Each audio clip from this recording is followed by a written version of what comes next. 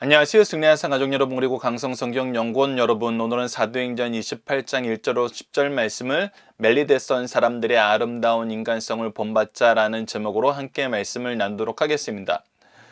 유라굴로 광풍을 만나서 파선 직전까지 갔던 이 배는 하나님께서 그의 종 사도 바울을 통해서 이루시고자 하시는 하나님의 계획, 즉 가이사 앞에 가서도 복음을 전하게 될 거라는 이 계획 안에서 이 사람들에게 구원의 의미가, 구원의 영역이 확장되어서 한 사람도 다치지 않고 한 사람도 잃지 않고 이 구원을 경험할 것을 선언하게 하셨고, 그 선언 안에서 그들은 믿음을 소유할 수 있었고, 이 믿음의 역사 안에서 그들이 모두 구원받는 상황을 우리가 지난 시간까지 확인하게 되었습니다. 그리고 오늘 본문 말씀에서는 이 구원의 역사가 또다시 확장되는 모습을 보여줍니다. 하나님께서는 이 구원을 이루시고 하나님의 말씀을 이루시면서 끊임없이 우리에게 무엇을 확인하게 하시냐면 이 구원의 역사가 확장되는 것입니다. 사도 바울을 통해서 예수 그리스도의 복음을 전하게 해서 그 복음을 듣는 사람을 구원하시려고자 하는 하나님의 계획은 이 배에 있는 사람을 구원하는 구원의 계획으로 확장되었고, 오늘 본문 말씀을 통해서는 이 구원의 계획 앞에 정말 아름다운 인간성을 보여준 이 멜리데 섬의 원주민들을 향한 구원의 계획으로 또다시 확장되어서 하나님의 복음의 역사가 얼마나 놀랍게 이루어지는지를 우리에게 보여줍니다. 자, 1절 말씀을 봅시다. 우리가 구조된 후에 안즉 그 섬은 멜리데라 하더라. 구조된 다음에서야 이 섬의 이름이 멜리데라는 걸 알게 되었어요. 어떻게 멜리데라는 것을 알게 됐을까요? 이곳에서 이곳 원주민들을 만나고 이 원주민들에게 그 섬의 이름을 들었기 때문이죠. 그것이 2절 말씀에 나타나고, 2절 말씀이 바로 오늘 본문의 주제인 아름다운 인간성에 대한 내용을 우리에게 가르쳐주고 있습니다. 비가 오고 날이 참해, 즉 여전히 태풍이 끝나지 않았어요. 비가 와서 날이 추워진 있는 상태예요. 근데 이때 갑자기 나타난 이 이방 사람들, 이것이 270명이 넘기 때문에 결코 적은 숫자가 아니에요. 그래서 또 거기에 군인들이 섞여져 있기 때문에 이것에 대해서 위기감을 느낄 수 있고 경계할 수 있는데, 이 멜리데 섬에 사는 원주민들은 어떻게 했냐면 우리에게 특별한 동정을 하여 특별한 동정심을 보여줬다는 것입니다. 즉 그들을 경계하기보다는 그들을 자기네 영역으로 들어들여서 뭘 했냐면 불을 피워 우리를 영접하고 우리를 도와주는 일을 했다는 것입니다. 우리가 이제 이들에 대해서 볼 때, 특히 우리가 고대 사회도 그렇고 현대 사회도 그렇고, 도시가 가지고 있는 그 아름다운, 도시가 가지고 있는 그 문명의 양적 양과 질의 그 높음을 우리가 볼 때 정말 그 도시를 보고 너무나 우리가 감탄하게 되는 경우가 많잖아요. 그러면서 우리도 아름다운 도시를 만들기 위해, 아름다운 문명을 갖추기 위해 여러 가지 제도를 만들고 시스템을 정비하고 정말 그 어떤 그런 편리함과 사람들에 대한 그런 가치, 그 도시에 대한 가치를 우리가 굉장히 자랑하게 되잖아요.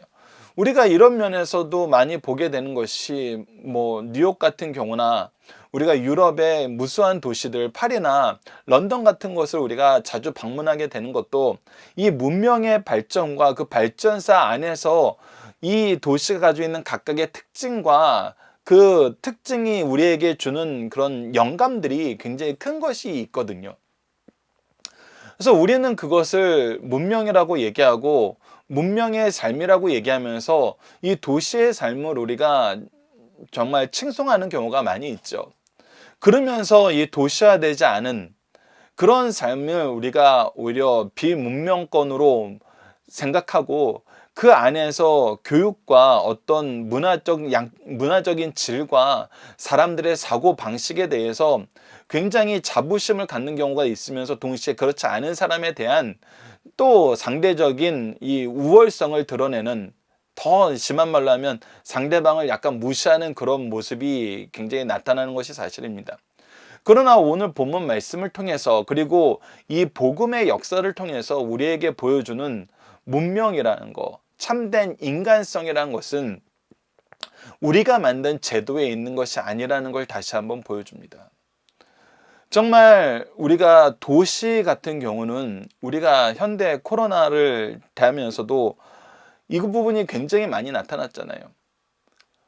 우리에게 우리가 잘 방역을 하고 있는데 우리에게 들어오는 사람들에 대해서 우리가 대하는 태도라든지, 아니면 지금 우리가 도시 문명권에서 살면서 우리가 속된 말로 그렇게 표현하는 것이 옳은지도 잘 모르겠는데, 혐오시설이란 이름으로 연약한 사람들을 돕는 시설이라든지, 아니면 부족한 어떤 정말 꼭 처리해야 되는 어떤 쓰레기 문제라든지 하수 오폐수 문제라든지, 이것을 처리하기 위해서 필요한 시설이 들어오는 거에 대해서 이것을 우리가 혐오시설이라는 이름으로 거부하고 우리에겐 들어오지 말게 하는, 그러면서도 우리가 만든 그 모든 오폐수는 오히려 다른 곳으로 떠넘기는 그런 것을 우리가 보면서, 지금 현재 이곳에 표류하게 된 이 사람들은 문명 세계에서 왔지만, 더 많은 문명을 경험하고 왔지만, 이들이 받아들여주지 않으면 생존할 수 없는 상황 속에서 오히려 자기네들이 더 높은 문화적인 유산을 가지고 있다는 사람 입장에서 도움을 받았는데, 오히려 도시에 있는 사람들은 이것을 잘 받아들이고 있는지, 우리가 정말 인간성을 가지고 있는지, 참된 문명의 그런 포용성을 가지고 있는지, 그 부분은 우리가 다시 한번 생각해 봐야 된다는 것입니다. 그래서 오늘 이 멜리데선 사람들이 보여준 인간성이 너무나 아름답다는 거예요.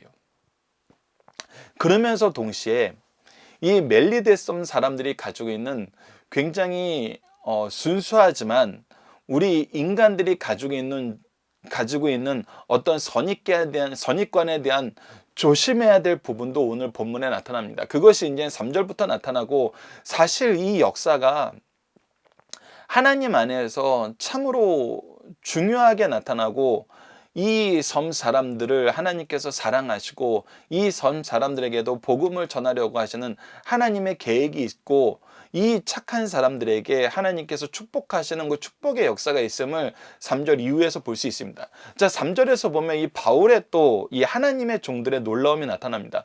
보면 3절을 보면 바울이 나무 한 묶음을 거둬 불에 넣으니, 즉 이 상황에서 지금 표류하고 오랫동안 고생하고 간신히 헤엄쳐서 이 섬에 들어온 사람들은 모두가 지쳐있는 상태였고, 원주민들이 도와주지 않으면은, 특정한 동정을 보여주지 않으면은 그들이 정말 굉장히 어려운 상황에 있었어요.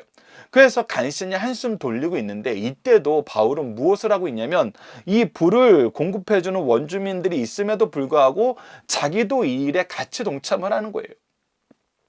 계속해서 지금 현재 이 배에서 표류한 사람들에 대한 책임감을 누가 가지고 있냐면 바울이 가지고 있는 것을, 그가 이 불을 피우는데 도움을 주고자 나무 한 묶음을 또 해와서 또 계속 봉사하고 있는 내용을 통해서 보고 있어요. 그러니까 하나님의 종들은 자기 임무가 자기를 통해서 이루시고자 하시는 하나님의 계획이 성취된 후에도 계속 무엇을 보고 있냐면, 나에게 맡겨진 영혼들을 보고 있다는 거예요. 그들을 끝까지 주목하여 보면서 그들에게 필요한 것을 공급하는 것이 하나님께서 나를 통해서 이루시고자 하시는 구원의 역사라는 그 개념 안에서 무엇이 줄어들지 않냐면, 수고가 줄어들지 않고 봉사가 줄어들지 않나요? 사실 우리가 사도행전 마지막 장에 이 내용이 나오는 것을 우리가 좀 더 주목해서 봐야 됩니다. 우리는 우리가 원하는 목적을 이루거나 우리에게 주어진 어떤 사명이 완성됐다고 생각하면, 그때부터는 이제 내가 그 수고의 결실을 이제 누릴 때라고 생각하고, 이제 더 이상 수고하지 않고 더 이상 봉사하지 않는 경우가 많거든요. 그 속된 말로 이것은 우리가 어떻게 보면은 군대에서 배운 굉장히 나쁜 습관 중에 하나인데, 내가 제대를 앞두고 내가 말년병장이 되어서 이런 일까지 해야 돼. 우리가 어떻게 보면은 열심히 일한 사람은 충분히 이제 이 일에서 열애되는 것을 이렇게 일반적으로 생각하는 경우가 많은 것 같아요.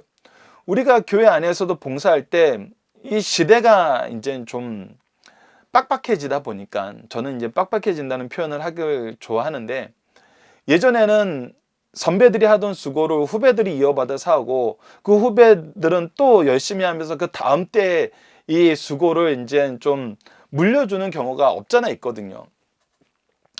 근데 세대가 바뀌면서 더 이상 후배들이 봉사하려 하지 않는 거예요. 더 이상 후배들이 수고하려 하지 않는 거예요.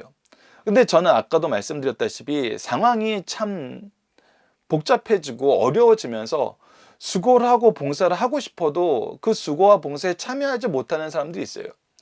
그러면 가끔 이 계속 그 후배들에게 물려주지 못하고 이 수고와 이 봉사가 교회 안에서 얼마나 중요하고 얼마나 좋은지 아는 그 선배가 내가 예전에 선배님들은 이 정도 나이 때 되면 후배들한테 물려줬는데 야, 내가 이 나이가 되어서 계속 이걸 하고 있다라고 얘기하는 경우가 있잖아요. 물론 그분이 그 수고를 놓지 못하는 것은 굉장히 그 수고가 이 교회에 얼마나 큰 덕이 되고 우리 신앙에 얼마나 좋은 면인지 알고 있기 때문에 놓지 못하지만 때로는 우리가 내 나이가 돼서까지 이걸 해야 돼? 이런 생각이 또 동시에 공존하는 것도 사실이거든요. 그러면서도 제가 앞서 말씀드렸던 그 선배님은 되게 훌륭한 분이죠. 그래도 이것을 내가 그래도 끝까지 감당하리라 라는 그 헌신이 있는 거거든요. 그런데 오히려 더 중요한 일을 맡은 사람들에게서는 그것이 사라진다는 것입니다. 제가 교회를 탐방하면서 가장 아름답게 고백되던 그 삶의 모습 중에서, 신앙의 모습 중에서 한 가지가 뭐였냐면, 일부 교회에서는 임직을 하게 되고 당회원으로 장로로서 혹은 목회자가 되면은 이전에 청년 시절에 했던 봉사, 예전에 안수집사 때 했던 봉사에서 졸업되는 거라고 생각하는 경우가 되게 많은데, 굉장히 청년들도 참 아름답게 보고 교회 분들도 가장 아름답게 보는 것 중에 하나가 무엇이었냐면, 어떤 분이 굉장히 오랫동안 성가대에서 찬양대에서 정말 헌신하면서 봉사를 했었는데, 그분이 장로님이 되시고 난 다음에도 그 장로로서 이 찬양대에 인재인 어떤 영적인, 어떤 또 시스템적인 리더가 되어서 예전에 했던 봉사를 놓는 게 아니라 오히려 장로가 되어서 장로님이 된 이후에도 더 열심히 봉사하면서 자기에게 맡겨진 더 막중한 책임까지도 감당하는 모습을 보면서 그 찬양대 대원들도, 그것을 보는 청년들도 너무나 아름답게 얘기하는 것을 볼 수 있었어요. 그래서 오늘 사도 바울이 우리에게 계속 보여주는 모습은 무엇이냐면, 이 정도까지 됐는데 내가 이 배에 이 구원을 책임지고 이 구원을 전할 책임을 가지고 있고, 이 사람들이 목숨을 건지는 일에 질서를 가르쳤고 하나님의 뜻을 가르치면서 위로했고, 이것을 이룰 질서를 가르치고 이들을 준비하게 하면서 이게 이제 완성됐는데, 이 정도 되면은 바울을 지금 돕는 동역자들도 2명이나 있었고, 그리고 백부장도 그를 너무나 존경하고 그를 위해서 의사결정을 할 만큼 그를 따르는 사람들이 많아졌으면은 이제 자기도 좀 실만한데 그렇지 않는 거예요. 계속 섬기는 거예요. 계속 수고하는 거예요. 계속 봉사하는 거예요. 저는 이 모습을 저에게 가르쳐주고 보여주시는 많은 영적 스승님들을 보면서 정말 너무 감사합니다. 그러면서 동시에 너무나 젊고 너무나 수고해야 되는 시기인데, 내가 이제 뭔데, 내가 이제 누군데 라고 이렇게 자기 이름을 내세우면서 내가 이제 그런 것까지 해야 돼? 내가 그런 거 하려고 이 직분 맡은 거야? 이렇게 얘기하시는 분들을 보면은 사실 굉장히 마음이 아프게 되는 거죠. 근데 우리가 이 부분을 다시 한번 주목해서 봤으면 좋겠습니다. 왜 사도행전 28장에 이 유라굴로 광풍이 몰아치는 상황에 우리 교회의 모습이, 우리 리더의 모습이 어떠해야 되는지 보여주는지를 다시 한번 우리가 묵상하는 시간이 되었으면 합니다. 그리고 나서 이제 다시 이 멜리데 선 사람들의 모습을 우리에게 보여줍니다. 뜨거움으로 말미암아 독사가 나와 그 손을 물고 있는지라. 즉 나무를 한 묶음 해왔는데 이거에 뭐가 있던 거예요? 독사가 그 안에 들어가 있었던 거예요. 그래서 그것을 불에 넣으니까 불 때문에 뜨거워서 놀란 독사가 어떻게 한 거예요?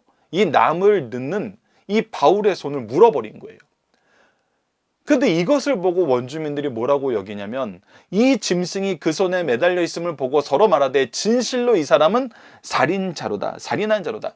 여러분, 이것은 우리가 고대 사회로부터 생명을 죽이는 것은 가장 악한 죄라는 것을 우리에게 가르쳐주고, 살인한 자에게는 죽음의 심판이 있다는 것이 일반적인 관점에서 사람들이 가지고 있는 개념이었음을, 윤리의식이었음을 우리에게 볼 수 있어요. 이것은 생명의 주권이 하나님께 있다는 것이 분명한 것이고, 이것이 우리의 양심의 법의 윤리로서 계속해서 우리 사회를 지배하고 있는 것을 보잖아요. 그래서 이 사람이 살인자라는 이유는 뭐냐면, 아니, 이렇게 판단한 이유는 뭐냐면, 바다에서 구조를 받았음에도 불구하고 공의가 그를 살리지 못하게 합니다. 여기서 공의는 신적인 공의예요. 그래서 이 공의가 쓰인 것이 바로 유다서에서 이 소돔과 고모라를 심판하신 하나님의 형벌, 그 여기서 한글 성경에서 형벌의 의미가 바로 이 공의의 원래 원어의 의미하고 동일하거든요. 즉 하늘의 공의가, 하늘의 심판이 이 사람을 심판하고 있다는 거예요. 그러니까 독사에 물리면 죽게 되는데, 죽는 이유는 뭐냐면 이 사람이 살인죄를 저질렀기 때문에 하늘의 공의가 이 사람을 죽이려는 거예요. 그러니까 이것은 이 배에 타고 있던 사람들이 가지는 관점하고 완전히 다른 관점이죠. 배에 타고 있는 사람들은 하나님을 통해서 우리가 생명의 구원을 받게 되고 생명의 보존이 약속되어서 하나님이 생명의 주권자임을 알리는 사람이 바로 이 사람이었고, 이 사람은 죽을 죄가 없다는 것을 오히려 우리가 구원받는 이 복음의 말씀을 선포한 자라는 걸 알지만, 이 원주민들이 보기에는 아직 무엇이 없었기 때문에 그 사도 바울을 통해서 선포되는 말씀이 아직 그들에게 들어가지 않고 말씀의 역사가 있기 전이기 때문에 이 사람을 보고, 이 사람은 하나님의 공의가, 하늘의 공의가 그를 죽이려고 하는 신적인 형벌이 그에게 내렸다는 것을 보게 되는 거예요. 근데 그때 어떤 일이 발생합니까? 5절입니다. 바울이 그 짐승을 불에 떨어버림에 조금도 상함이 없더라. 근데 하나님의 공의는 그를 죽이는 것이 아니라 무엇하는 것으로 간 거예요? 그를 치료하는 것으로 간 거예요. 근데 이것을 보자 아직 이것을 바르게 해석하지 못해요. 이것을 해석하는 이 해석의 기준은 뭐예요? 자기네들이 관념적으로 가지고 있던 자기네들의 사상이에요. 그래서 사도 바울을 보고 뭐라고 얘기하냐면 6절입니다. 그들이 그가 붙든지 혹은 갑자기 쓰러져 죽을 줄로 기다렸다가 오래 기다려도 그에게 아무 이상 없음을 보고 돌이켜 생각하게 말하되 뭐라고 해요? 그를 신이라 하더라. 자, 이 간극을 보시죠. 살인자에서 신으로 이 간극이 커져요. 근데 이것을 보는 사도 바울과 사도 바울의 일행과 원래 배에 타고 있던 사람들은 뭐라고 생각하겠어요? 이것은 하나님의 역사라는 걸 알겠죠. 어떻게 해서 알 수 있어요? 사도 바울을 통해서 선포되는 하나님의 말씀을 들었기 때문에 알 수 있어요. 즉 생각하는 기준이 무엇이 된 거예요? 하나님의 약속과 하나님의 약속의 성취와 하나님의 뜻을 이루시는 하나님의 주권적인 통치를 통해서 이것을 보게 되는 거예요. 근데 아직 원주민들은 그것을 가지고 있지 못해요. 말씀을 소유하지 못했어요. 하나님을 배우지 못했어요. 그러니까 자기네들의 관점으로 이 사건을 해석해서 독사에게 물렸을 땐 이 사람은 신의 청벌을 받아 죽어야 되는 살인자로 봤고, 그가 멸종했을 땐 오히려 그를 어떻게 했어요? 신처럼 여겼어요. 근데 하나님의 역사는 여기서 끝나지 않아요.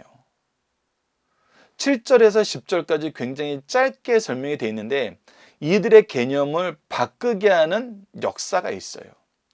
이들이 이젠 바울을 통해서 예수 그리스도의 복음과 예수 그리스도를 통하여서 이루고자 하시는 구원의 역사, 고침의 역사가 어떻게 드러나는지 보고 이제 바울을 신으로 보는 것이 아니라 바울을 통해서 예수 그리스도를 보게 만들었다는 내용이 사실 8절에 나타나요. 자, 계속해서 보도록 하겠습니다. 7절입니다. 이 사건을 보고 이제 어떤 일이 생기냐면 이 섬에서 가장 높은 사람 보블리오라 하는 이가 그 근처에 토지가 있는지라 그가 우리를 영접하여 4일이나 친절히 머물게 하더니, 이 이야기를 들은 이 섬의 가장 높은 보블리오가 이제 사도 바울과 그의 일행들을 영접하는 거예요. 그리고 사흘이나 극진히 대하는 거예요. 여기까지는 그를 신으로 봤을 수도 있어요. 신으로 보고 신대접을 했던 것일 수도 있어요. 하지만 그 과정에서 사도 바울이 무엇을 했을지는 우리가 너무나 명백해요. 그는 때를 얻든지 못 얻든지 그리스도의 복음을 전하는 사람이었어요. 그리고 8절에서 그의 모습 속에서 그가 신이라는 오해에서 벗어나서 하나님을 의지하는 삶의 모습을, 하나님을 드러내는 삶의 모습을, 하나님의 역사를 강구하는 모습을 보여줍니다. 그것이 바로 기도죠. 자, 8절을 봅시다. 보블리오의 부친이 열병과 이질에 걸려 누워있거늘 바울이 들어가서 기도하고 그에게 안수하여 낫게 하니라. 자, 신이라면은 기도가 필요 없어요. 여러분들, 우리가 기도가 무엇이라고 가르쳐왔고 배워왔습니까? 기도는 하나님과의 대화요, 영혼의 호흡이요, 하나님의 능력의 통로예요. 우리가 드릴 영적 예배라는 거예요. 즉 기도는 하나님과의 대화를 통해서 하나님의 능력으로 우리가 삶을 얘기하고 있어요. 기도를 통해서 하나님의 뜻이 이루어지는 걸 알고 우리가 기도를 통해서 하나님과 동행하고 하나님을 신뢰하고 하나님의 역사의 시작을 선언하는 것임을 우리에게 보여줘요. 근데 바울이 이 보블리오의 부친의 열병과 의지를 낫게 하는데 어떻게 해요? 하나님께 간구해요. 하나님을 의지해요. 하나님을 신뢰해요. 이것은 동시에 사람들에게 무엇을 보여주는 거예요? 하나님을 선포하는 거예요.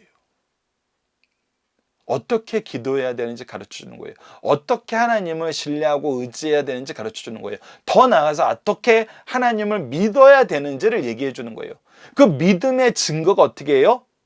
나타난 거예요. 경험된 거예요. 무엇이에요? 이 부친이 낫게 돼요. 이들에게 두 가지 역사가 나타나는데 두 가지 역사는 한 가지 역사와 동일합니다. 무엇에 대한 거예요? 생명에 대한 거예요.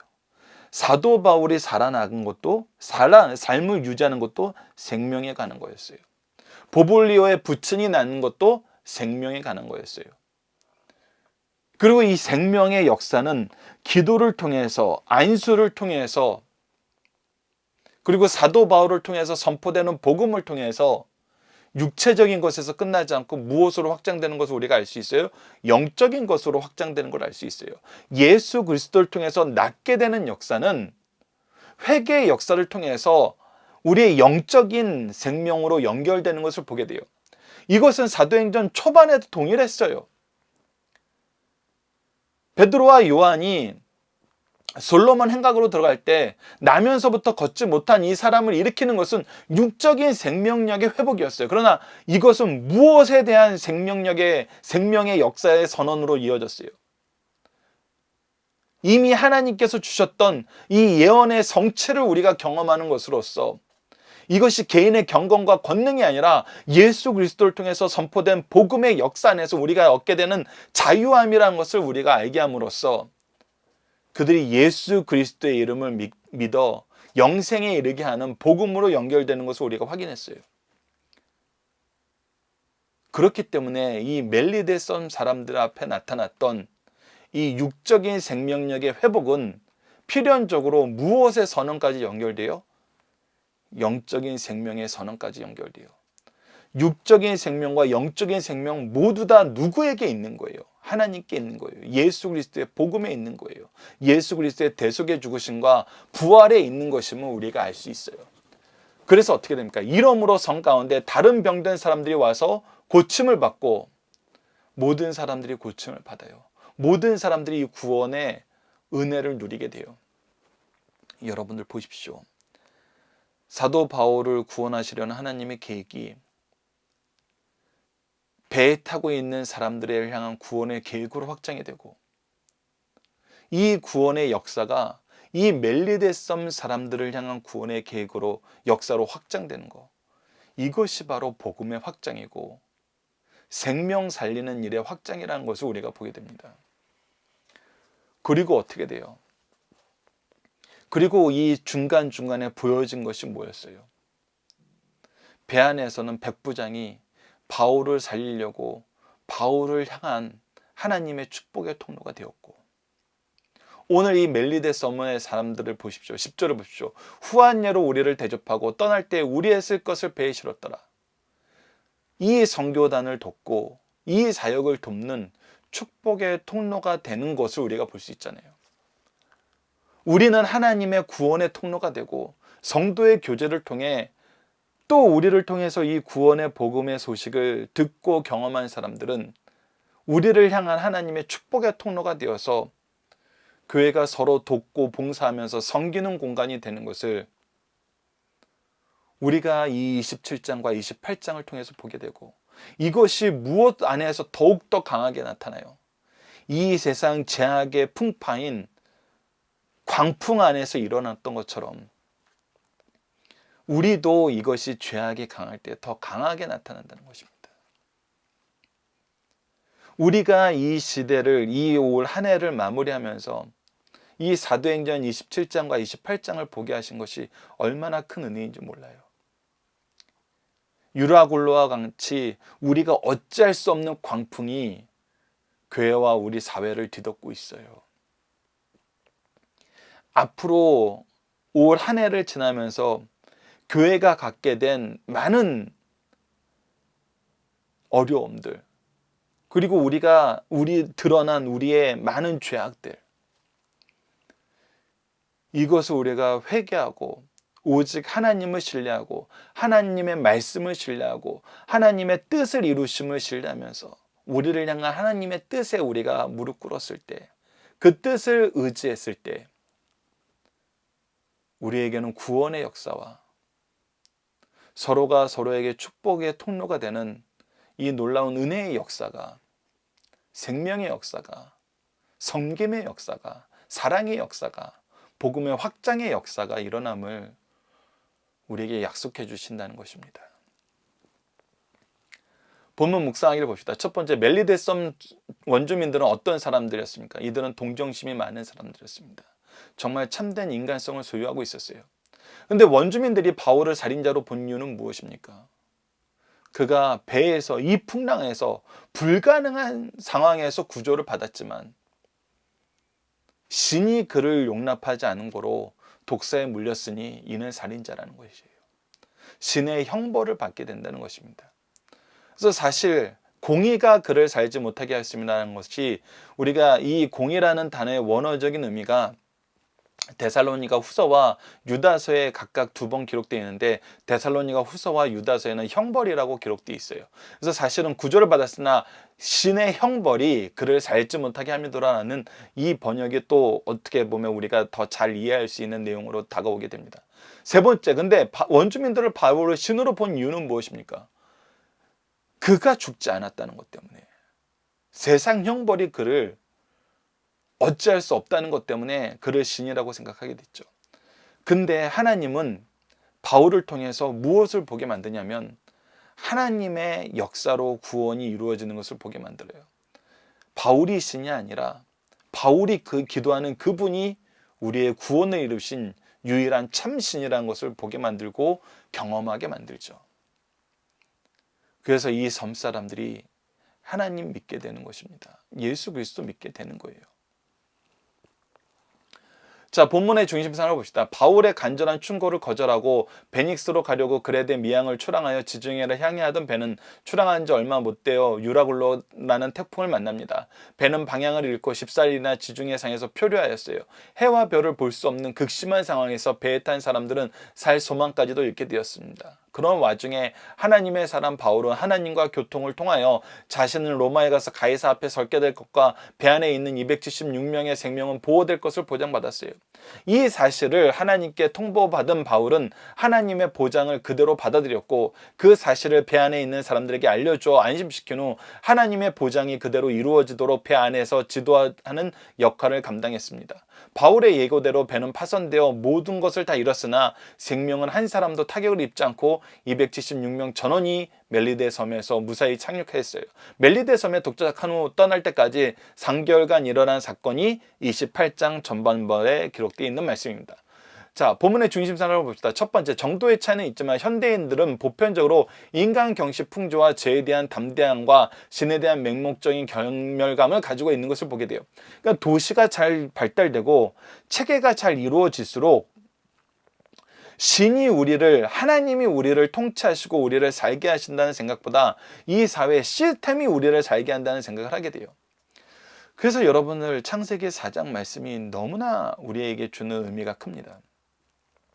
가인이 도망하여서 성을 만들고 난 다음에 그 성에 시스템이 잘 갖춰지게 돼요. 도구를 만드는 시스템, 즐거움을 누리는 음악을 만드는 시스템, 그리고 이 목축업이 발달되어서 많은 재산과 풍요를 경험하게 되고, 그래서 이 성이, 이 제도가, 이 시스템이, 이 도시가 타락한 하나님께 심판받아 추방된 가인이 가서 사는 성이 아니라 사람들이 가서 살기 좋아하는 성이 돼버려요. 거기에는 우리가 기존에 경험하지 못한 것들이 있어. 그리고 거기 있는 사람들이 인정하는 거거든요. 하나님의 돌보심과 하나님의 인도하심보다는 사람이 만든 제도와 체계가 더 아름답고 좋아 보이는 거예요. 그런데 그곳은 어떤 곳이었어요? Winner takes all. 그 성의 지도자만이 모든 것을 가지고 소유한 곳이었어요. 이게 참 아이러니라는 것입니다. 우리가 더 높은 가치를 추구하여서 더 좋은 것이 있을 거라고 만든 제도와 체계가 승자가 모든 것을 가지는 그런 무자비함의 최극단을 보여주는 곳이 돼버려요. 사실 이것이 도시가 현대사회에 우리에게도 보여주는 모습이거든요. 체계가 잘 갖춰지고 시스템으로 돌아가는 사회가 되면 될수록 오히려 그곳에 들어오지 못한 인간은 경시하고 죄를 지어도 아무런 거리낌이 없고, 그리고 신이 우리를 살게 하시는 것이 아니라, 하나님이 우리를 살게 하시는 것이 아니라 우리 인간이 우리를 살게 한다는, 그래서 신을 믿는 것은 오히려 지성적이지 않고 현대적이지 않고 세련되지 않는 그런 것으로 여기는 경우가 너무나 비일비재하잖아요. 그러나 우리가 멜리데 섬에서 본 사람들의 모습을 보십시오. 멜리데 섬 사람들의 인간에 대한 존엄성과 죄는 반드시 심판받는다는 죄에 대한 두려움과 신에 대한 경외심을 가지고 있었어요. 이들은 두 부류의 인간성을 비교해 볼 때 멜리데 섬 사람들은 아직 많이 오염되지 않은 어느 정도 순수한 인간성을 가지고 있었고, 현대인들은 죄에 대한 타락이 더 심화된 죄인의 모습과 심판받는 인간성을 보여주고 있어요.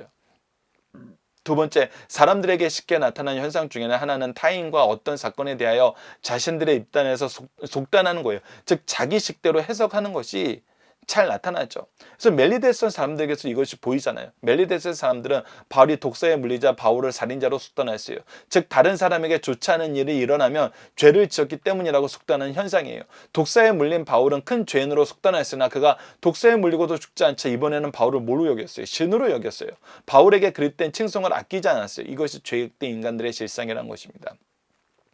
자기 수준에서밖에 해석을 하지 못해요.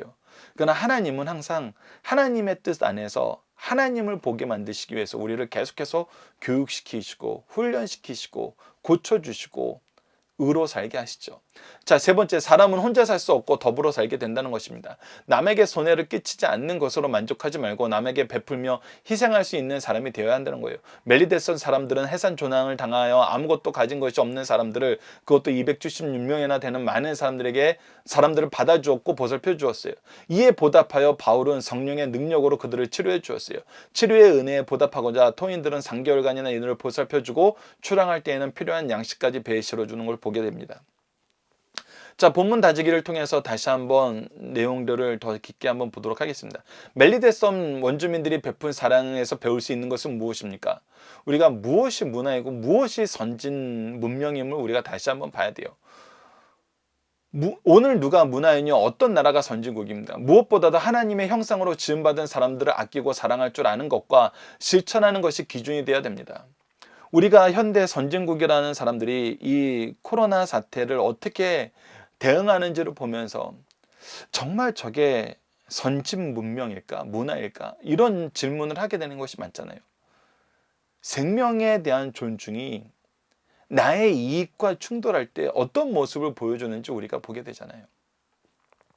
자, 사람의 가치를 알고 존중히 여기는 사람이 문화이며 사람을 귀하게 여기는 것을 가르치고 실천하는 가정이 문벌 좋은 가정이요 종업원을 아끼고 인간 대우해주는 사장과 서로의 인격을 존중하며 성실히 일하는 종업원들이 모인 회사가 우수한 업체요 인권을 존중히 여기는 나라가 선진국이에요. 우리가 참 이 기독교 문명국에서 그래도 기독교 문화 안에서 선진국이 된 나라에서 배워야 될 가장 큰 가치 중에 하나는 우리가 이제 파독 광부와 간호사님들을 통해서도 계속 증언을 들었던 게 뭡니까?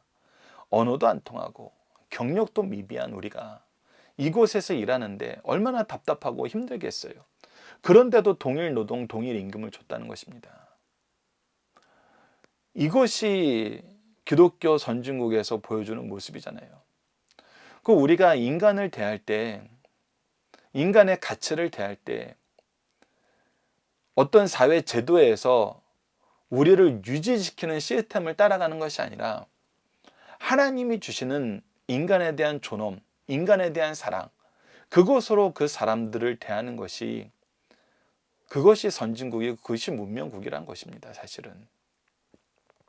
그러나 현대 오염된 문화 속에서 살아가는 사람들은 이해관계 속에서 사람들 보면 우리가 정말 최근에 일하다가 안타까운 죽음을 맞이하신 분들을 보면서 이 사회가 왜 이러야 되냐고 우리 스스로 질문하면서 이것이 정말 올바른 것이냐고 자꾸 되새기게 되잖아요. 근데 그것이 안 고쳐지고 있잖아요. 고치는데 너무나 힘들잖아요. 그거 뭐예요? 이해관계 속에서 사람의 가치를 사람들의 기준으로 다시 평가하는 거예요. 이곳에 우리 기독교인들이 쓸려 들어가면 안 되거든요. 기독교인이라면은 하나님의 기준으로 사람을 보는 거거든요. 하나님이 주신 마음으로 사람들을 보는 거거든요. 그래서 경제적, 사회적으로 열악한 개인이나 가문이나 민족을 멸시해요. 표류하는 난민을 외교적 관계 때문에 조난자를 거부하는 나라가 선진국이라는 거예요.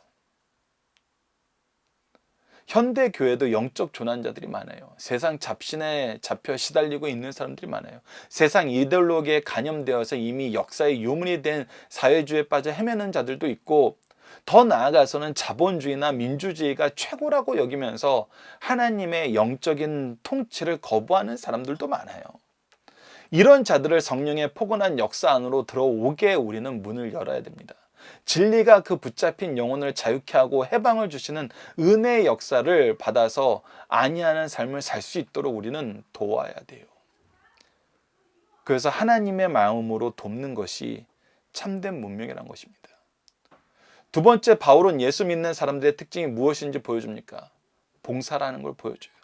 그가 그를 통해서 이루시고자 하신 하나님의 뜻이 이루어졌음에도 불구하고 그는 쉬지 않았어요. 이것이 그리스도인들이 사회를 밝히는 빛과 소금 되었던 것을 우리 신앙의 선조들은 너무나 잘 보여줬어요. 하나님이 멜리데 섬에 구원을 베풀기 위해 준비한 것은 무엇입니까? 오히려 보블리오라는 이 지도자의 부친의 열병이 이곳에 구원을 베풀고 하나님의 역사를 나타내는 어떤 하나님의 준비하심이 되어서 이 일을 통해서 더 많은 사람들이 복음을 접하게 되는 놀라운 역사를 하나님께서 준비하시고 또 성취시키셨죠. 우리는 세상을 볼 때 이 관점으로 봐야 된다는 것입니다. 무엇이 하나님의 준비하신가? 무엇이 하나님의 뜻인가? 이 일을 이루기 위해서 우리에게 주신 하나님의 능력이 무엇인가? 이 일을 통해서 우리가 맺게 되는 영적인 열매들, 우리는 항상 거기에 포커스를 두고 우리의 삶을 살아야 된다는 것입니다. 우리는 하나님의 일꾼으로 무엇을 이루는데 쓰임받는 삶을 살아야 하나요? 하나님의 뜻을 이루는데, 하나님의 구원의 역사를 이루는데 쓰임받는 삶을 살아야 됩니다. 끝까지 복음의 일꾼이 되어야 된다는 거예요. 이번 주 공동기도 제목은 주님의 뜻 안에서 주님의 뜻을 이루며 복음의 통로가 되는 삶을 살게 하여 주소서입니다. 오늘 본문 말씀을 통해서는 죄수의 몸으로 로마에 가는 바울을 끊임없이 생명 살리는 역사의 주인공으로 일하게 하신 하나님, 분명히 보게 됩니다. 끊임없이 생명을 살리는 역사의 주인공으로 일하게 하셨어요. 하나님도 우리를 아무리 험악한 시대에 아무리 안 좋은 상황에서도 하나님은 우리를 무엇으로 쓰시냐면 끊임없이 생명을 살리는 하나님의 역사의 주인공으로 우리를 쓰세요. 우리도 하나님의 일꾼으로 생명을 살리는 하나님의 뜻을 이루는데 쓰임받게 하여 주소서. 그래서 기도해야 됩니다. 그리고 이 기도는 반드시 성취됩니다. 사랑의 수고와 믿음의 역사와 소망의 인내로 세상을 대하게 하여 주소서라고 기도하는 우리 승리한 상 가족 여러분들, 강성성경연구원 여러분들에게 기도합니다. 감사합니다.